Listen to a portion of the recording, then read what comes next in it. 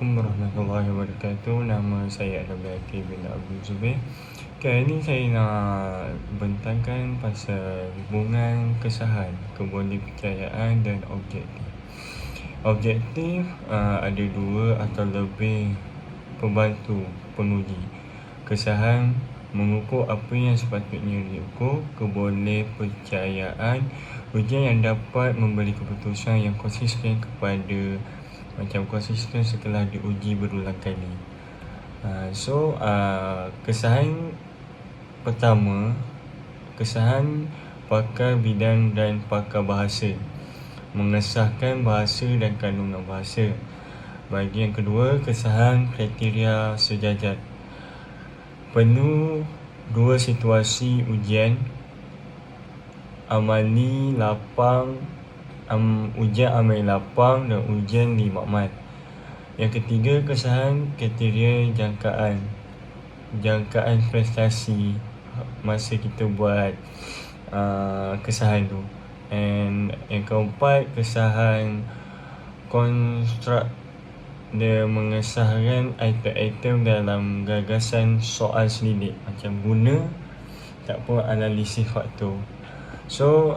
Macam kita tahu, kesahan kandungan ni dia dia macam ada banyak jenis kesahan kandungan.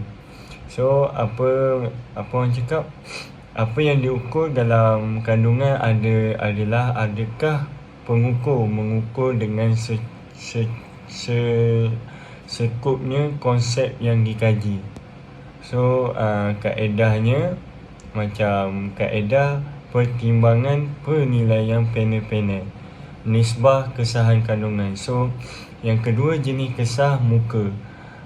Dia jenis kesah muka ni adakah macam mana nak cakap, dia mengesahkan mengukur apa yang ada dengan diukur sama dengan namanya, macam itulah. Yang kaedah dia mendapat persetujuan pakar. Kesahan kriteria terdiri daripada dua jenis. Yang pertama, kriteria serentak. Kriteria yang ditunjukkan pada masa yang sama atau hampir dengan pengukuran yang dikenakan ke atas kriteria tersebut. Contoh, kesahan kriteria ni serentak yang tinggal. Seseorang pelajar yang mencapai kebolehan yang cemerlang dalam ujian biologi juga pada masa yang sama menunjukkan kebolehan menggunakan mikroskop dengan baik. Macam kriteria jangkaan ni dia macam mana nak cakap, kriteria jangkaan ni dia kriteria yang mana ujian untuk menjangkakan sejauh mana sejauh mana pelaku seseorang pada masa hadapan. Contohnya kesahan kriteria jangkaan yang rendah. Yang pertama, seorang macam dia macam mana nak cakap, dia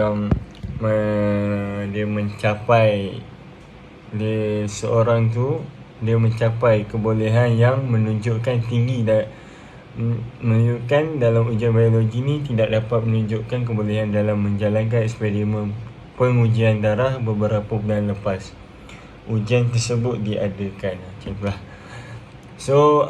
Bagi kesahan berasaskan kriteria, apa yang diukur adakah pengukuran membantu dalam membezakan menelan pemboleh ubah kriteria. Kaedah dia korelasi. Jenis selari, adakah pengukuran pembantu dalam membezakan dan menelah pemboleh ubah kriteria pada masa kini. Dia tak ada kaedah dia. Telahan pula, adakah pengukur membantu dalam membezakan kriteria pada masa hadapan. Itulah pada masa hadapan. Bagi kaedah dia pun tak ada juga. So kesahan konstruk jenis konstruk apa yang diukur, adakah pengukur mengukur konsep seperti yang dinyatakan dalam teori atau model. So kaedah dia pertimbangan korelasi alat ukuran cadangan dengan yang sedia ada, teknik menumpu diskriminasi dan analisis faktor. So jenis menumpu apa yang diukur, adakah dua alat pengukur yang mengukur konsep yang sama mempunyai korelasi yang tinggi. So dia punya kaedah tak ada. Diskriminasi, adakah alat pengukur ini mempunyai korelasi yang rendah dengan sesuatu pun boleh ubah yang tiada berkait dengannya. So dia punya kaedah pun tak ada. So kat sini uji dan uji semula, test and retest. So darjah di mana skor ke atas ujian yang sama adalah konsisten selang masa tersebut. Macam konsisten pada selang masa tersebut. Didapati skor yang diperoleh pada pada ujian yang pertama menghampiri skor untuk ujian yang diuji sekali lagi. Semakin sama skor pada ujian yang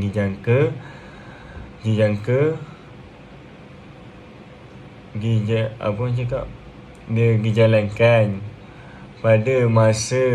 pada selang masa tertentu, semakin stabil skor ujian tersebut. So ujian bentuk setara darjah di mana dua bentuk set soalan yang hampir sama menghasilkan skor yang hampir sama daripada satu kumpulan yang diuji. Soalan dibina secara berasingan dan mestilah memenuhi spesifikasi yang ditetapkan, iaitu dari segi bilangan item, bentuk, arahan, tempoh ujian, format, kandungan jumlah, arah kesukaran, tetapi mempunyai soalan-soalan yang berbeza. Kedua-dua ujian boleh dijalankan secara bergila-gila atau kedua-duanya setara. Jika ini digunakan untuk mengelakkan mengingat item ujian. So yang ni kebolehpercayaan digunakan apabila ujian mempunyai skor yang lebih daripada dua pilihan. Menganalisis konsisten dalaman jika nombor digunakan untuk menunjukkan pilihan respon. Perkali alfa yang kerap kali digunakan dalam menganggarkan kebolehpercayaan ketekalan dalaman. Kebolehpercayaan melibatkan pembahagian satu ujian kepada dua sub-ujian. Setiap ujian mengandungi sebahagian 1/2 daripada bilangan item yang asal.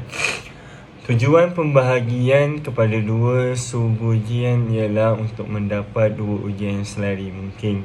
Kaedah ini sesuai untuk satu ujian yang panjang dan mengambil masa yang lama atau susah untuk diuji. Prosedur jalankan keseluruhan ujian terhadap satu kumpulan.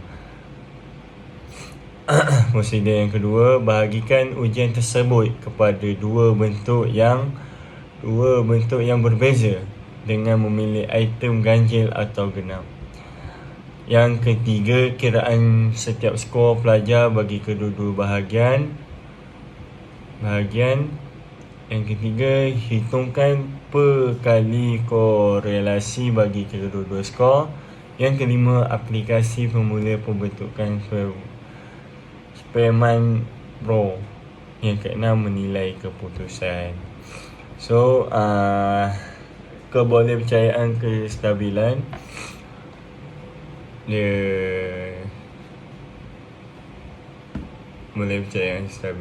dia macam nak cakap dia baguslah kalau kita buat dengan teliti.